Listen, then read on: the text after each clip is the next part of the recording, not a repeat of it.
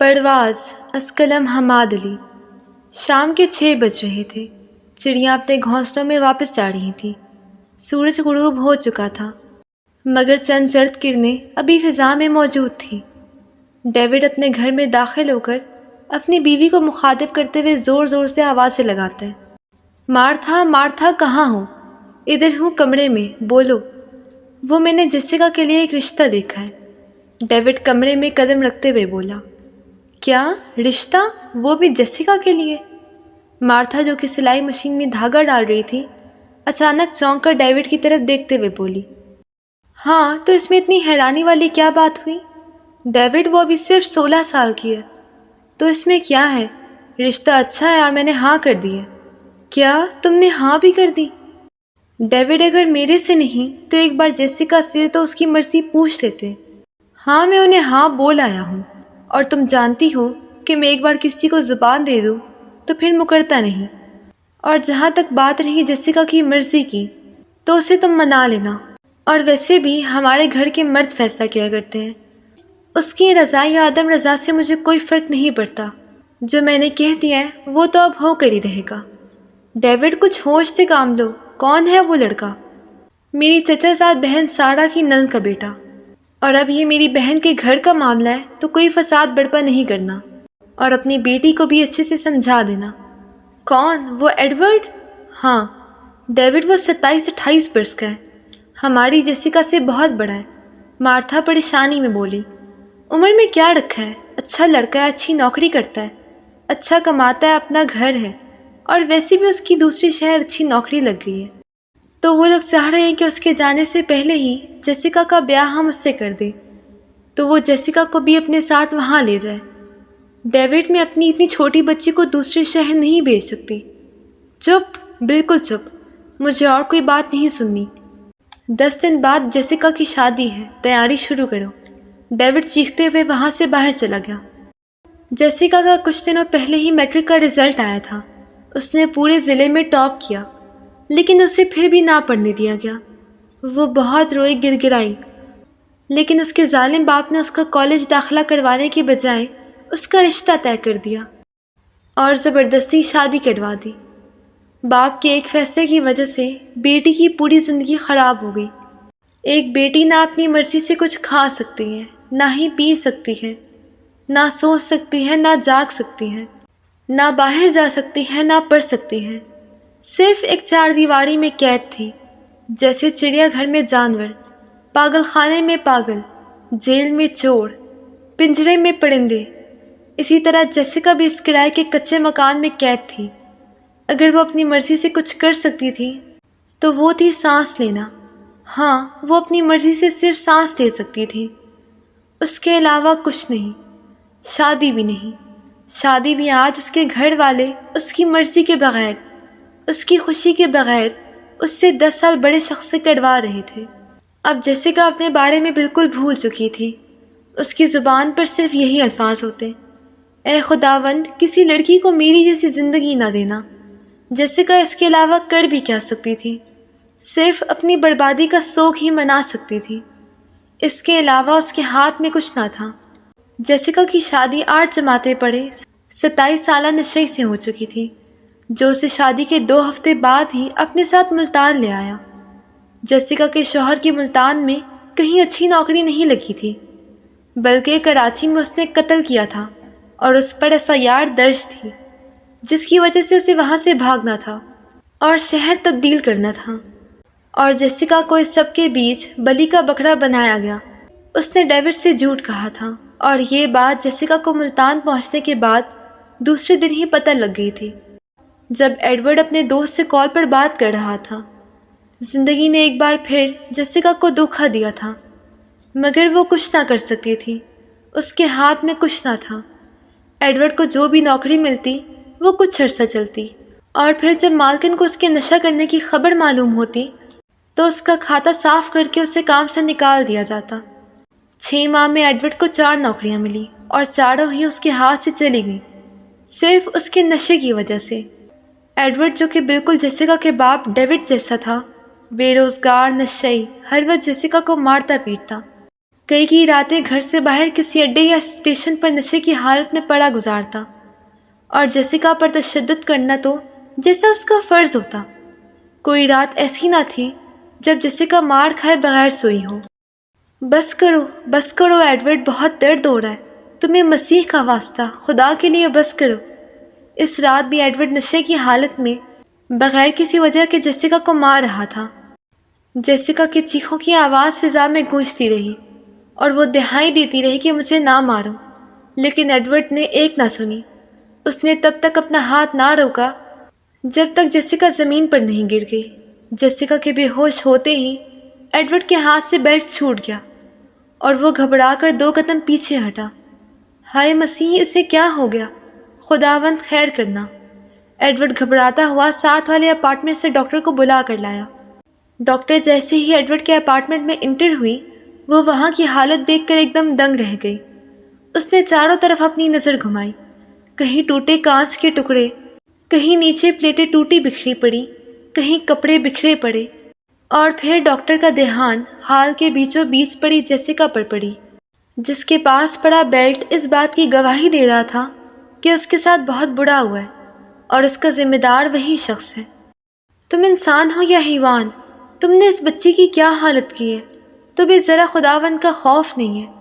Doctor جیسیکا کی طرف بڑھتے ہوئے بولی۔ ایڈورڈ کی آنکھوں میں ندامت تو تھی، مگر اس کی ندامت اس بات کا کیا ثبوت کہ وہ دوبارہ ایسے نہیں کرے گا۔ ڈاکٹر نے جیسیکا کا چیک اپ کیا اور ایڈورڈ کی طرف دیکھتے ہوئے بولی، شی از پریگننٹ، اور تم نے پریگننسی میں اس کی کیا حالت کر دی ہے؟ ذرا شرم نہیں؟ اگر نیکسٹ ٹائم تم نے اس بچی کو مارنے کی کوشش کی یا مارا اور مجھے اس بات کی خبر مل گئی تو میں فوراً پولیس کو بلاؤں گی اور تمہارے خلاف قانونی کارروائی کروں گی۔ اے خداوند، تیرا شکر ہے کہ تو نے مجھے اس نعمت سے نوازا۔ ابھی تو ایڈورڈ خوش تھا، لیکن کچھ عرصے بعد اس کا رویہ دوبارہ ویسا ہو جانا تھا جیسا ابھی کچھ لمحے پہلے تھا۔ ایڈورڈ نے ایک نئی نوکری تلاش کی تھی اور اس کا خیال یہی تھا کہ کم از کم بچہ ہونے تک اس سے یہ نوکری نہ جائے۔ وہ جیسیکا کا خیال رکھنا شروع کر دیتا ہے۔ کچھ دن گزرتے ہیں، جیسیکا اس کے رویے میں تبدیلی دیکھ کر اس سے پوچھتی ہے، ایڈورڈ تم واقعی تھوڑا بدل گئے ہو یا مجھے ایسا لگ رہا ہے؟ ہاں، میں بدل گیا ہوں، لیکن صرف کچھ عرصے تک۔ کب تک؟ جب تک میرا بچہ پیدا نہیں ہوتا۔ کون سا بچہ؟ جیسیکا حیرانی سے بولی، تم ماں بننے والی ہو۔ جس دن تم بے ہوش ہوئی تھی اس دن ڈاکٹر نے بتایا تھا مجھے۔ اور ایک بات میں تمہیں بتا دوں کہ مجھے بیٹا چاہیے، بیٹا۔ ایڈورڈ، میرے ہاتھ میں کچھ نہیں ہے، یہ سب خداوند کی مرضی ہے۔ 6 ماہ بعد ایڈورڈ ہسپتال کے آپریشن تھیٹر کے سامنے پریشانی میں چکر لگاتا پرارتھنا کر رہا ہوتا ہے کہ خدا اسے بیٹا دے۔ اتنے میں ہی ڈاکٹر باہر آئی اور بولی، مبارک ہو مسٹر ایڈورڈ، بیٹی ہوئی ہے۔ کیا بیٹی؟ ایڈورڈ یہ سنتے ہی ایک قدم پیچھے ہو گیا۔ کیا ہوا مسٹر ایڈورڈ؟ وہ کچھ نہیں۔ ایڈورڈ کے منہ سے بمشکل 2 الفاظ نکلے تھے، جیسے بیٹی کا سنتے ہی اسے کوئی صدمہ لگ گیا۔ آپ اپنی بیوی اور بیٹی سے مل سکتے ہیں، ڈاکٹر یہ کہہ کر وہاں سے چلی گئی اور ایڈورڈ جیسیکا کے کمرے کی طرف بڑھا۔ آؤ ایڈورڈ۔ بستر پر لیٹی جیسیکا ایڈورڈ کو دیکھ کر بولی، میں نے کیا کہا تھا؟ ایڈورڈ چیختے ہوئے بولا۔ کیا ہوا؟ جیسیکا گھبراتی ہوئی بولی، میں نے کہا تھا کہ مجھے بیٹا چاہیے، تو پھر تمہاری بیٹی کیوں ہوئی؟ ایڈورڈ کی چیخوں کے پاس پڑی بچی رونے لگی۔ ایڈورڈ اس بچی کی آواز ایک لمحے کے لیے بھی نہیں سننا چاہتا تھا۔ ایڈورڈ دروازہ پٹخ کر باہر آ گیا۔ ایڈورڈ غصے سے شرابور ڈاکٹر کے کمرے میں داخل ہوا اور بولا، ڈاکٹر صاحب، ان دونوں ماں بیٹی کو ابھی یہاں سے ڈسچارج کریں۔ لیکن کیوں مسٹر ایڈورڈ؟ ابھی تو 1-2 دن ماں اور بچی کو ہسپتال رکھنا ضروری ہے۔ میں نے کیا کہا ہے؟ ابھی اور اسی وقت انہیں ڈسچارج کریں۔ ایڈورڈ ڈاکٹر پر بھی بھڑک اٹھا۔ جی آپ پہلے ریسیپشن پر مکمل ادائیگی ادا کر کے حساب صاف کر دیں تو میں ڈسچارج کرنے کے کاغذ تیار کرتی ہوں۔ جی ٹھیک ہے۔ وہ ایڈورڈ جو 3 ماہ میں 4 نوکریوں سے ہاتھ دھو بیٹھا تھا، ان 6 ماہ میں ڈبل شفٹ کر رہا تھا، صرف اس لالچ اور خواہش میں کہ بدلے میں جیسیکا اسے بیٹا دے گی۔ مگر جیسیکا کے ہاتھ میں کچھ نہیں تھا، سب کچھ خدا کی مرضی سے ہونا تھا۔ اور جب جیسیکا اسے بیٹا نہ دے سکی تو پھر ایڈورڈ بھی ڈیوڈ بن گیا، جسے اپنی بچی سے ذرا لگاؤ نہ تھا، جسے اپنی ہی اولاد سے نفرت تھی۔ جیسیکا اور بچی ہسپتال سے گھر آ گئی تھی۔ جیسیکا نے اپنی بیٹی کا نام آئرین رکھا تھا۔ وہ بچی جو خود ابھی پورے 17 سال کی نہ ہوئی تھی، جس کی شادی کا یہ 10واں ماہ چل رہا تھا، وہ اب خود ایک بچی کی ماں بن چکی تھی۔ اب ایڈورڈ جیسیکا سے اور زیادہ نفرت کرنے لگا۔ ایڈورڈ 24 گھنٹے جیسیکا پر اس بات کا غصہ نکالتا کہ اس نے اسے بیٹی کیوں دی۔ ایڈورڈ جیسیکا کو بہت مارتا تھا۔ جیسیکا کے جسم پر کوئی ایسی جگہ نہ تھی جہاں ایڈورڈ کی مار کے نشان موجود نہ ہوں۔ مگر جیسیکا کر بھی کیا سکتی تھی؟ جیسیکا کے پاس نہ موبائل تھا اور نہ ہی کسی سے کوئی رابطہ، اور ایڈورڈ اس بات کا بھرپور فائدہ اٹھا رہا تھا۔ ایڈورڈ نے جو کچھ عرصے کے لیے برے کام چھوڑے تھے، وہ عادتیں اس نے پھر اپنا لی۔ پھر سے شراب نوشی، پھر سے سگریٹ نوشی، اور اس بار اور زیادہ۔ پہلے کی طرح اب بھی ایڈورڈ اسی وجہ سے کام سے ہاتھ دھو بیٹھا۔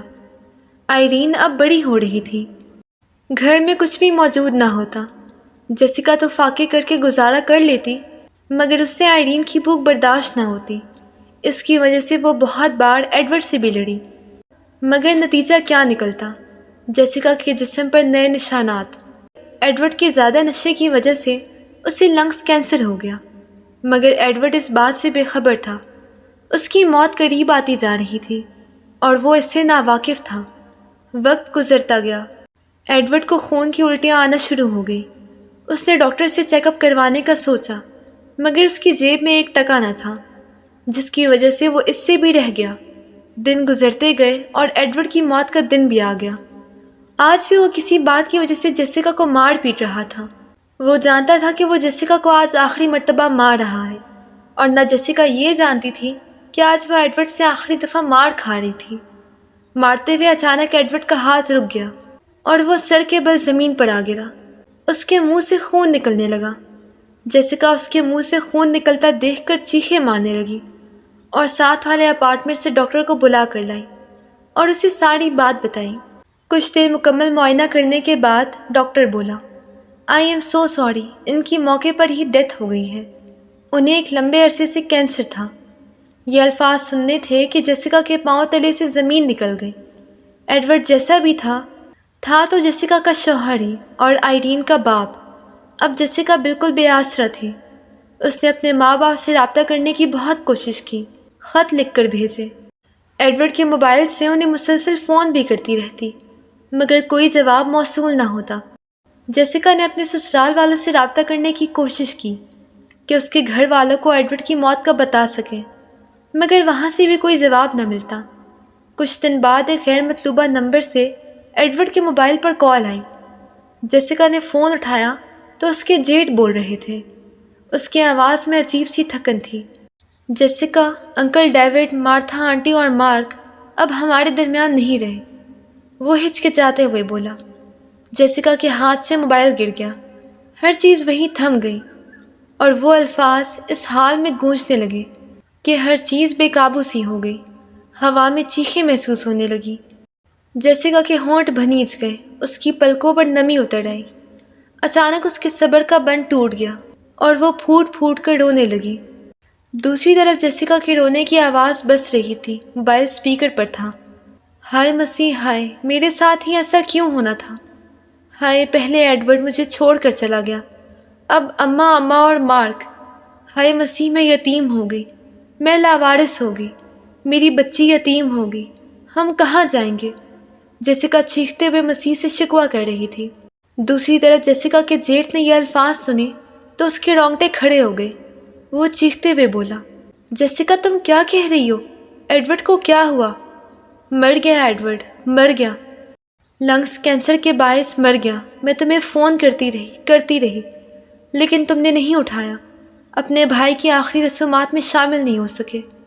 میں مارک کو بھی فون کرتی رہی، مگر کیا معلوم تھا کہ جس کو میں ایڈورڈ کی موت کی خبر دینے لگی ہوں وہ خود سب یہاں نہیں ہے۔ جیسیکا روتے ہوئے کال پر بولی۔ دوسری طرف سے ایڈورڈ کے گھر والوں کے رونے پٹنے کی آوازیں گونجنے لگیں اور ادھر سے جیسیکا کی۔ کال بند کرنے کا کسی کو یاد نہ رہا۔ کئی گھنٹے مسلسل فون نیچے پڑا رہا اور جیسیکا پاس بیٹھی روتی رہی۔ جیسیکا کے پاس واپس آنے کی بھی کوئی راہ نہ تھی، کیونکہ کینسر اس کے شوہر کو کس گیا تھا اور ماں باپ اور بھائی ایکسیڈنٹ میں نہ بچ سکے اور دنیائے فانی سے داڑے بقا جا پہنچے۔ کچھ دن سوگ کے بعد جیسیکا اپنی عزت نفس کو مار کر اپنی بیٹی کو لیے سڑک پر بھیک مانگنے نکلی۔ اس کے باپ نے نہ اسے پڑھایا لکھوایا کہ وہ اپنی بیٹی کے لیے کچھ کما سکے۔ جھولی میں آئرین اٹھائے جیسیکا روتی ہوئی سڑک کے کنارے بیٹھی بھیک مانگ رہی تھی کہ وہاں سے ایک آدمی گزرا۔ اس نے اپنی جیب سے کچھ پیسے نکال کر جیسیکا کی جھولی میں ڈالے اور آگے چل پڑا۔ وہ کچھ قدم آگے بڑھا کہ پھر اچانک پیچھے مڑ کر جیسیکا کو دیکھا اور حیرانی سے بولا، تم جیسیکا ہو؟ جی، جیسیکا نے اس کی طرف دیکھتے ہوئے کہا، ڈیوڈ کی وائف؟ ہاں۔ تم یہاں سڑک پر بھیک کیوں مانگ رہی ہو؟ اور یہ بچی کس کی ہے؟ اور ایڈورڈ کہاں ہے؟ ایڈورڈ مر گیا ہے آج سے 9 دن پہلے۔ یہ بچی میری اور ایڈورڈ کی ہے۔ لیکن آپ کون؟ میں ایڈورڈ کا پرانا دوست ناتھن۔ ہم یونیورسٹی میں ساتھ پڑھتے تھے۔ آپ کی شادی پر بھی آیا تھا، لیکن شاید آپ کو یاد نہیں۔ اور ایڈورڈ کی موت کا سن کر بہت دکھ ہوا۔ جو خداوند کی مرضی، جیسیکا آنکھوں میں آنسو لیے بولی، میں تو اس شہر میں کسی کام کے سلسلے آیا تھا اور ابھی بس اسٹیشن پر ہی جا رہا تھا واپسی کے لیے۔ ابھی کچھ وقت پہلے ہی میں لاہور شفٹ ہوا ہوں۔ آپ اٹھیں، میرے ساتھ چلیں۔ آپ میرے دوست کی بیوی ہیں اور یہ بیٹی، اور میں آپ کو اس شہر میں اکیلا بے سہارا نہیں چھوڑ سکتا۔ آپ میرے ساتھ چلیں۔ ناتھن یہ کہتے ہوئے آئرین کو اپنی گود میں اٹھا لیتا ہے اور اسے پیار کرنے لگتا ہے۔ جیسیکا کے پاس اور کوئی حل نہ تھا، کوئی اور آسرا نہ تھا۔ 7 گھنٹے بھیک مانگنے کے بعد بھی اس کے ہاتھ میں صرف 9 روپے تھے، اس لیے وہ بغیر کچھ سوچے سمجھے ایڈورڈ کے دوست کے ساتھ چل پڑی اور لاہور آ گئی۔ ایک نیا شہر، نئے لوگ، نہ کوئی جاننے والا اور نہ ہی اتنی عقل سمجھ۔ 17 سال کی جیسیکا اپنی 3 ماہ کی بیٹی لیے ناتھن کی دہلیز پر آ بیٹھی۔ ناتھن نے اسے اپنے ہمسائے میں ایک اچھی جگہ ملازمہ کی نوکری دلوا دی۔ وہ لوگ بھی اچھے تھے۔ وہ ایک مسلم فیملی تھی جس نے جیسیکا اور آئرین کو بھی اپنے گھر کے سرونٹ کوارٹر میں پناہ دی۔ یہ ملازمت بھیک مانگنے سے تو لاکھ گنا اچھی تھی۔ بیٹا، تمہارے ماں باپ یا بہن بھائی وغیرہ نہیں ہیں؟ اور یہ بچی تمہاری ہے؟ ہمیں کسی ہیلپر کی ضرورت تھی، تو اس لیے بغیر ڈیٹیلز لیے مسٹر ناتھن کے کہنے پر آپ کو نوکری پر رکھ لیا۔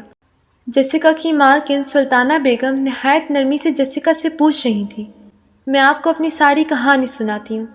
اب میں نے آپ کے ہاں ہی کام کرنا ہے، تو آپ کو کسی چیز سے بے خبر نہیں ہونا چاہیے۔ میں کراچی کے چھوٹے سے علاقے سے تھی۔ میں مسیحی برادری سے تعلق رکھتی ہوں اور میرا خاندان بھی مسیحی ہے۔ میرا میٹرک مکمل ہوا۔ میں نے اپنے باپ کی بہت منتیں کی کہ مجھے پڑھنے دیا جائے، لیکن انہوں نے مجھے نہیں پڑھایا۔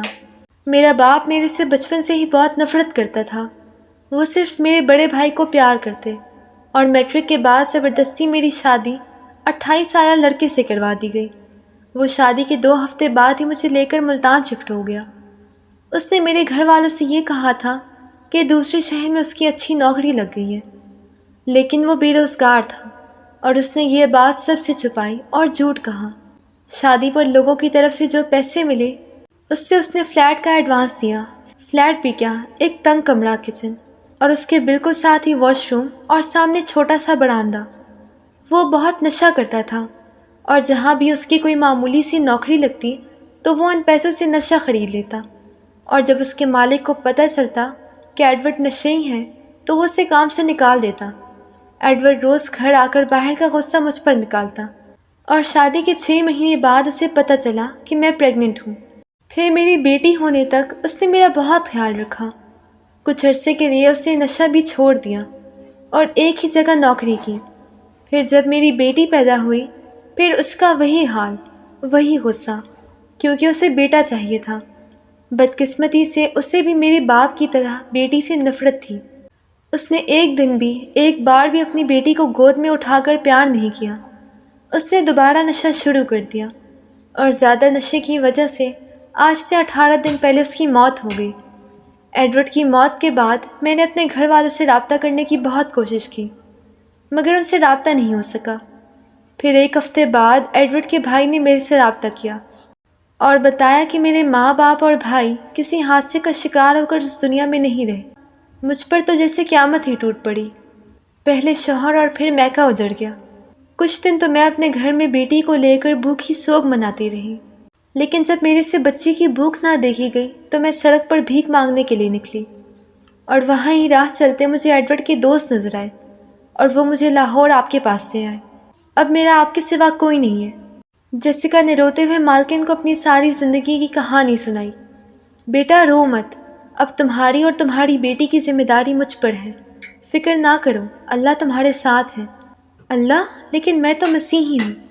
چاہے تم جو بھی ہو، کیونکہ اللہ نے قرآن میں فرمایا ہے، ترجمہ، اور زمین پر چلنے والا کوئی بھی جاندار ایسا نہیں جس کا رزق اللہ کے ذمہ نہ ہو اور اس کے سونپے جانے کی جگہ کو جانتا ہے۔ سب کچھ اس واضح کتاب میں درج ہے۔ یہ سن کر جیسیکا خاموش ہو جاتی ہے، جیسے اس کے پاس کوئی جواب نہ رہا ہو اور اس کے دل میں امید کی نئی کرن پھوٹی ہو۔ جیسیکا بچپن سے ہی اسکول میں اپنی مسلمان سہیلیوں سے اسلام کا سنتی تو اسے اسلام جاننے اور دین پڑھنے کے لیے بہت تجسس ہوتا، مگر وہ مسیحی برادری سے تھی تو کبھی ایسا ممکن نہ ہو سکا۔ 2 سال بعد صبح کے 7 بج رہے تھے، چڑیاں چہچہا رہی تھیں۔ جیسیکا اپنی بچی کے لیے دودھ لینے کے لیے اٹھی اور کچن کی طرف بڑھی۔ اس کے کانوں میں تلاوت کی آواز آنے لگی۔ جیسے جیسے جیسیکا ہال کی طرف بڑھ رہی تھی، یہ آواز مزید اونچی ہوتی جا رہی تھی۔ پھر اس نے غور کیا کہ یہ آواز تو اس کی مالکن کے کمرے سے آ رہی تھی۔ جیسیکا کو اس آواز کی سر بہت اچھی لگ رہی تھی، مگر وہ یہ نہیں جانتی تھی کہ سلطانہ پڑھ کیا رہی ہے۔ پھر اس کے کانوں میں یہ آواز ہے، ترجمہ، کیا ہم نے تمہارا سینہ کھول نہیں دیا اور تم سے تمہارا بوجھ اتار دیا؟ بس بے شک مشکل کے ساتھ آسانی ہے، یقیناً مشکل کے ساتھ آسانی ہے۔ یہ سنتے ہی جیسیکا کے جسم کو کرنٹ سا لگتا ہے۔ وہ سلطانہ کے کمرے کا دروازہ کھٹکھٹاتی ہے۔ کون؟ میم جیسیکا، آ جاؤ۔ جیسیکا اندر جاتی ہے تو سلطانہ قرآن پاک کا غلاف چڑھا کر رکھ رہی ہوتی ہے۔ معذرت، آپ کو تکلیف دی؟ کوئی بات نہیں، خیریت؟ اتنی صبح کوئی کام؟ میم وہ آپ کیا پڑھ رہی تھیں؟ میں قرآن مجید کی تلاوت کر رہی تھی، سلطانہ بیگم مسکراتے ہوئے بولی۔ جیسیکا کسی سوچ میں گم ہوئی، شاید رب اسے اپنی طرف بلا رہا تھا۔ پھر کچھ دیر کی خاموشی کے بعد وہ بولی، بیگم صاحبہ کیا میں مسلمان ہو سکتی ہوں؟ کیا؟ ماشاء اللہ! سلطانہ حیرانی سے بولی، جی میں جب سے یہاں آئی ہوں تو اسلام کے بارے میں ریسرچ کر رہی تھی، اسلام کو پڑھ رہی تھی، لیکن میرے لیے یہ فیصلہ لینا تھوڑا سا مشکل تھا اور مجھے ہدایت کی طرف لوٹتے ہوئے شاید تھوڑی دیر ہو گئی، مگر آج قرآن کا ترجمہ سن کر دل ہل گیا ہے۔ ماشاء اللہ، تبارک اللہ! جاؤ بیٹا، جلدی سے غسل کر کے آؤ، پھر کلمہ پڑھاتی ہوں۔ سلطانہ کے لیے یہ بات ناقابل یقین تھی۔ وہ جلدی سے نیا سوٹ نکال کر جیسیکا کو دیتی ہے اور اپنے بچوں کو آواز لگا کر بلاتی ہے، بیٹا جاؤ جلدی سے مٹھائی اور پھول لے کر آؤ۔ اور پھر اپنی دوشیزہ کو مخاطب کرتے ہوئے بولی، حریرہ، تم جلدی سے باقی ہیلپر سے کہو کہ محلے میں جا کر قرآن خوانی کی دعوت دیں اور گھر میں انتظام کریں۔ اسلام کو ریسرچ کرنے کے بعد اور پڑھنے کے بعد جیسیکا نے یہ فیصلہ کیا اور مسلمان ہو گئی۔ اللہ نے اسے ایمان کی روشنی سے نوازا، اسے اصل نور عطا کیا۔ جیسیکا اب جیسیکا نہیں رہی تھی، بلکہ وہ اب فاطمہ بن گئی تھی، اور آئرین عائشہ۔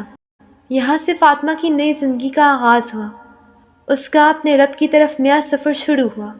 6 ماہ بعد فاطمہ 20 سال کی ہو گئی تھی۔ سلطانہ نے کچھ ماہ بعد فاطمہ کی شادی اپنے 22 سال بھانجے علی سے کروا دی، مگر اس بار ایک مختلف چیز تھی۔ اس بار شادی فاطمہ کی مرضی اور پسند کے ساتھ کی گئی تھی۔ علی فاطمہ سے بہت محبت کرنے لگا، اسے بہت چاہنے لگا۔ اس کا رب کی طرف بڑھتا یقین دیکھ کر علی نے اسے چنا تھا۔ علی کو فاطمہ کی بیٹی سے کوئی مسئلہ نہ تھا۔ اس نے عائشہ کو اپنی سگی بیٹی کی طرح پالا۔ جس باپ کے پیار کو فاطمہ ساری زندگی ترستی رہی، وہ اسے اس کے سسر محمود نے دیا، اور باپ کی شفقت کیا ہوتی ہے یہ فاطمہ کو اس وقت پتہ چلا۔ اور اب جب وہ اپنی سگی ماں کے پیار سے محروم تھی تو اسے ماں کے روپ میں مرجان جیسی سانس ملی۔ علی نے فاطمہ کا داخلہ کروایا اور اسے پڑھایا۔ فاطمہ نے LLB کی ڈگری کی اور اپنی خود کی ایک NGO کھولی، ان تمام بے سہارا اور مظلوم عورتوں کے لیے اور بچیوں کے لیے جو اپنے ہی گھر والوں کے ہاتھوں ماری جاتی ہیں، جن کی کم عمر میں شادی کروا کر ان پر بچوں کی ذمہ داری ڈال دی جاتی ہے اور گھر داری کا بوجھ ڈال دیا جاتا ہے۔ فاطمہ کا صرف ایک ہی خواب تھا کہ ہر لڑکی خود مختار بنے، کسی کے آسرے نہ بیٹھے، اور اس نے سب سے پہلے یہ کام اپنی بیٹی سے شروع کیا۔